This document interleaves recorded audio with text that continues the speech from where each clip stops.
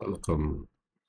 In this worksheet 2, we will continue where we would have left off in worksheet 1.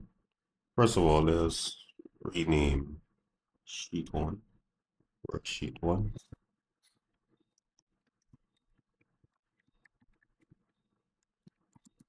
And we're going to rename sheet 2, worksheet 2. Just double click on the name and type worksheet 2, press enter. Okay, so based on the instructions given, first thing we're going to do is to find the class average. To do this, we're going to find the average of the weighted percentages. All right. So we're going to find the average of this. So here we are working with two different sheets. So we're going to type class average here and say cell 83, and over here we're going to record average, which is equal average. Open bracket. Okay, let's open the bracket and move over to sheet 1 where the data is. You could enter the range, which is K2 to K7, or you can just highlight it. And as you can see, it says that we're highlighting K2 to K7 from worksheet 1 as indicated. Once that is done, close the bracket before you go back to worksheet 2 and press enter. And that works out the average for us. We'll soon format them because they're in percentage. For the median, we're going to say equal median, open bracket, same range. So the median is going to be calculated based on the weighted percentage as well. So the median would be the one that appears in the middle, and we're going to find the mode, which is the one that appears most. Same range.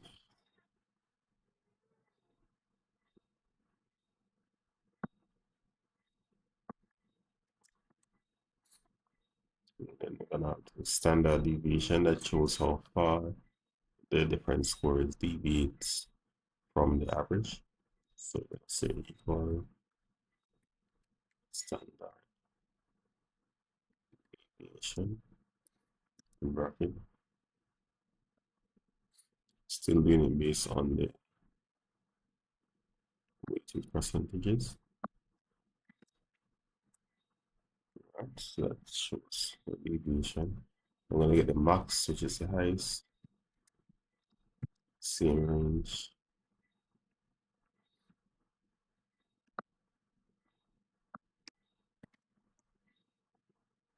So 91.5% is the highest. Then get the lowest, which is min.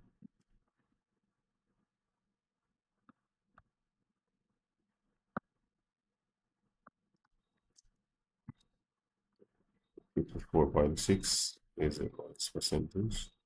And this one is asking us to count the number of students based on the class. That's the number of students in class 1. So you're going to be looking at class 1 and see how many class 1s we have here. To achieve that, we're going to be using Countif.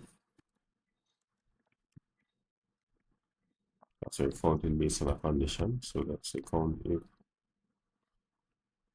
Specify the range, which is all of these. But the ones that we wish to count will form the criteria, which is going to be just 1 to say we're counting those who are in class 1. So yeah, 4. Similarly, for class 2, we're going to say Countif in bracket. Specify the range that we wish to count.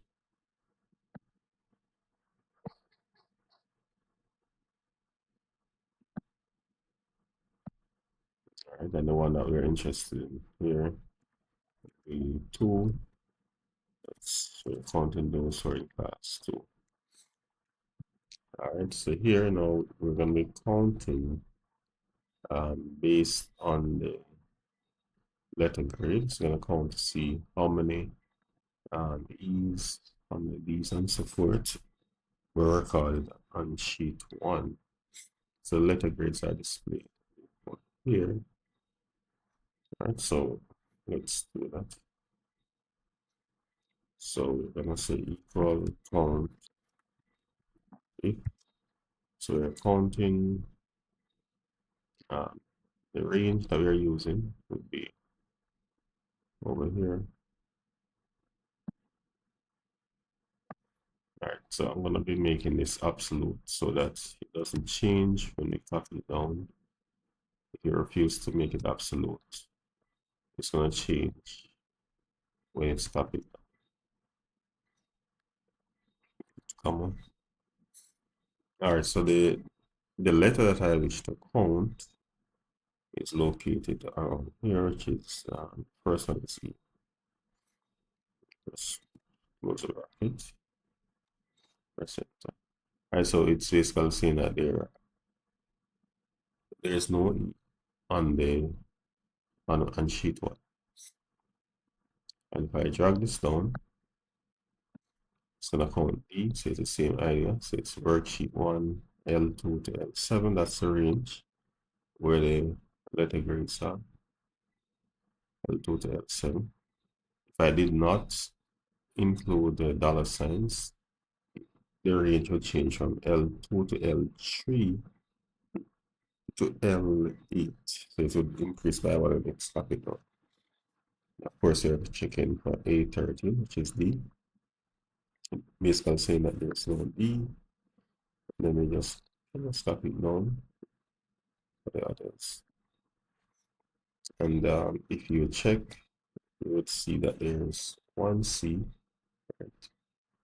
And there are 5 A's as indicated. So the formula is actually correct. So we did the calculation the way that we expected. The next thing we're going to be doing is find the total score by class. So we're going to be using the Sumif function to find total score by class. All right. So let's say equal Sumif, open bracket. So we're going to put in the range that we're to find the sum for. So we're summing up the total score. All right. And then we're going to put in the criteria range, which is the class range here. All right. So the ones that we want to sum will form the criteria. All right. So the one that we want to sum will form the criteria. All right. So let's ensure that we are selecting the range as we should. So the first thing that we should select is the range with the classes. In this case, this.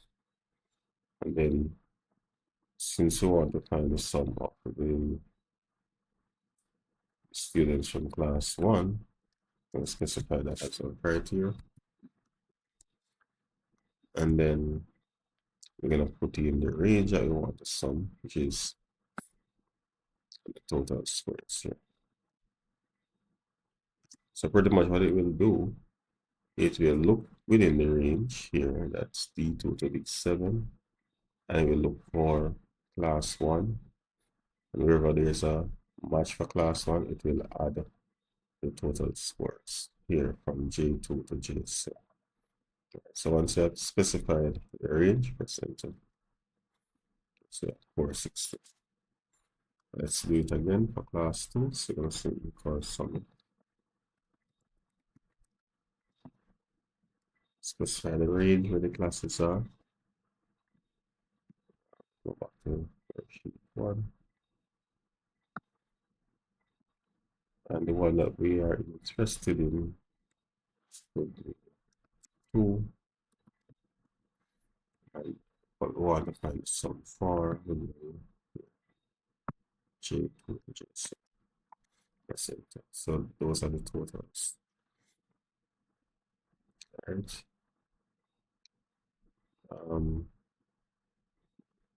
so before we go any further, let us format these to reflect the percentages. So select percentage here. I'm going to increase the decimal places so that I'm going to carry the decimal places to at least 1 dp so that the correct value can be shown. Right? Good, so there it is. All right, so the next thing that we were tasked to do is to use the lookup for the letter grades. If for the grade code, let's check on that one. We did that. If for the grade code, so back over to worksheet 1. So for the grade code here, let me just read it.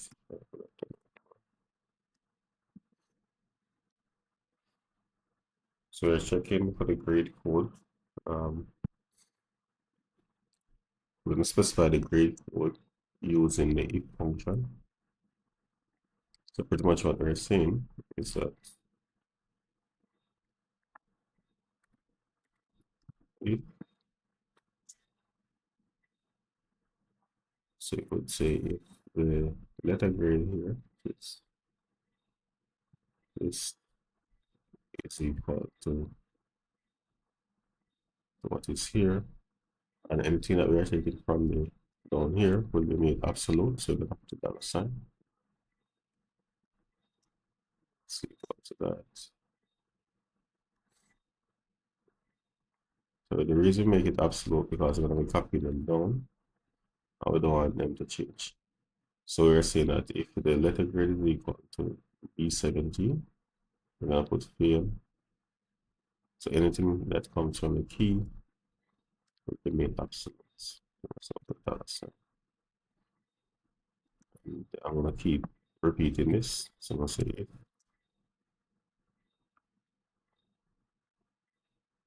the letter grade still L2 is equal to D, so from the key to make it absolute. Put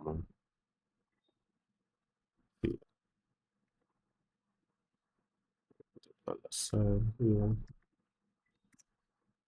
Keep repeating this for each letter grade. If letter grade is equal to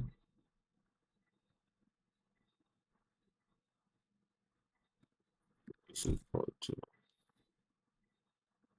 C. Yeah, absolute.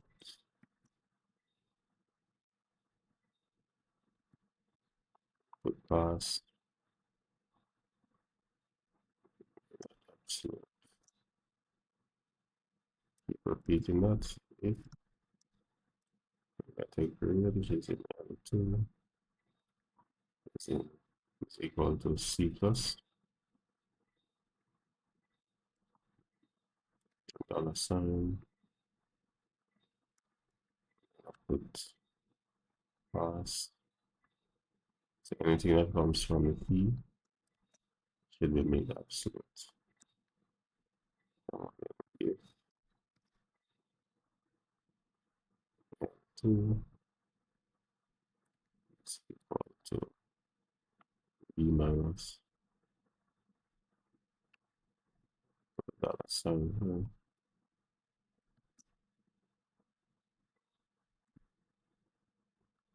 Really good.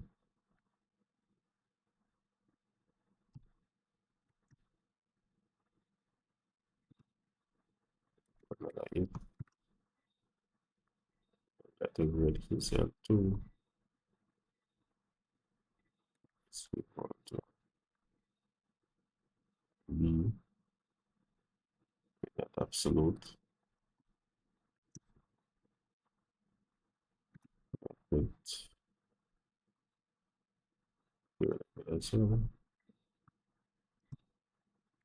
so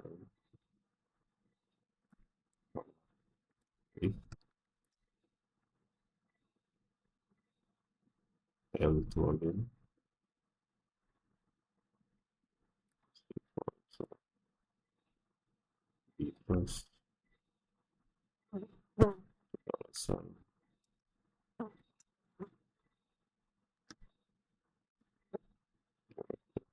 good.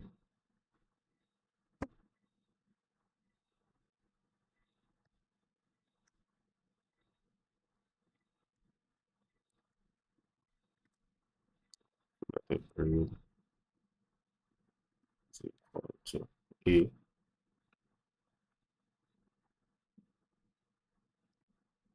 absolute.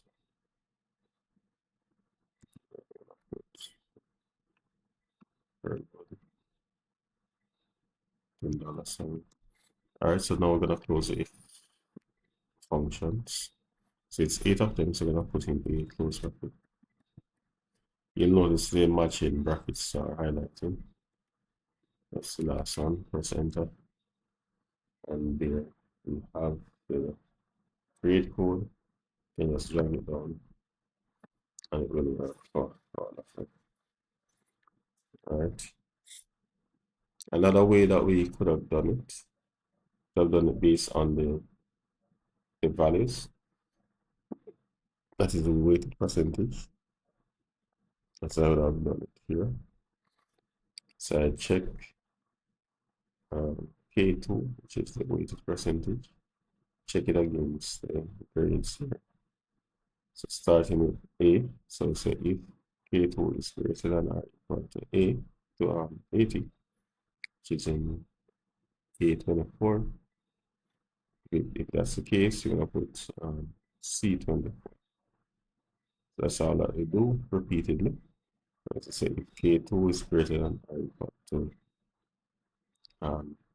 A23, which is one for B plus, we're gonna put C24. So C23, right here. So there it is. So they're done repeated.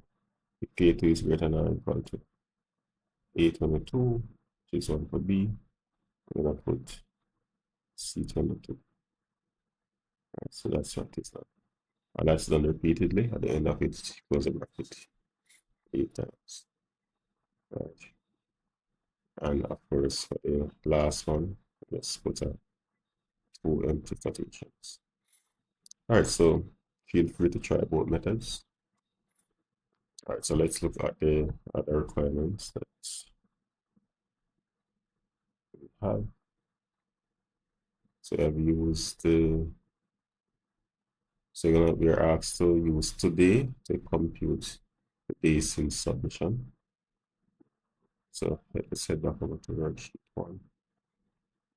So the days since submission, given that we have a date of submission, or the date submitted. So the today function equal today. By itself, it gives the current date. Right? And of course, the current date can be broken down into a number.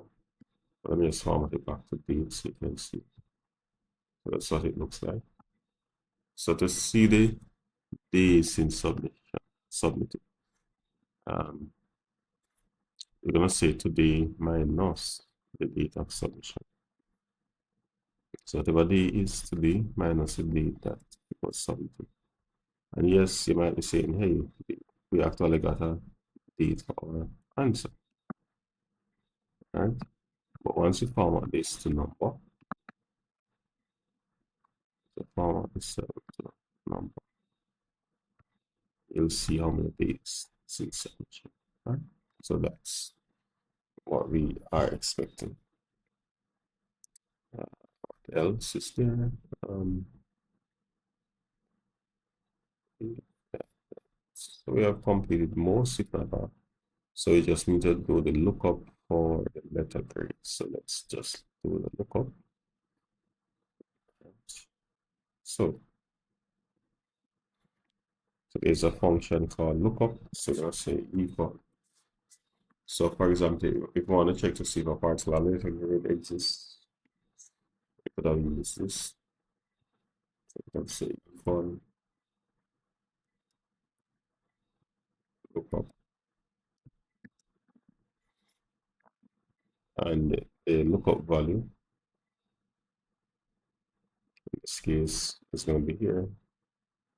Whatever we enter there will be the lookup value. And then the range that we're looking it up in will be here. Those brackets. Enter. Right, it says NA, but that's because there's nothing here. Let's put in something like A, and there it is. So it shows us that there's an A there. So thank you for watching, and hope that you find this video worthwhile. See you in the next video. We will be looking at how to create the charts. Right, so the next video will cover the creation of the charts. All right.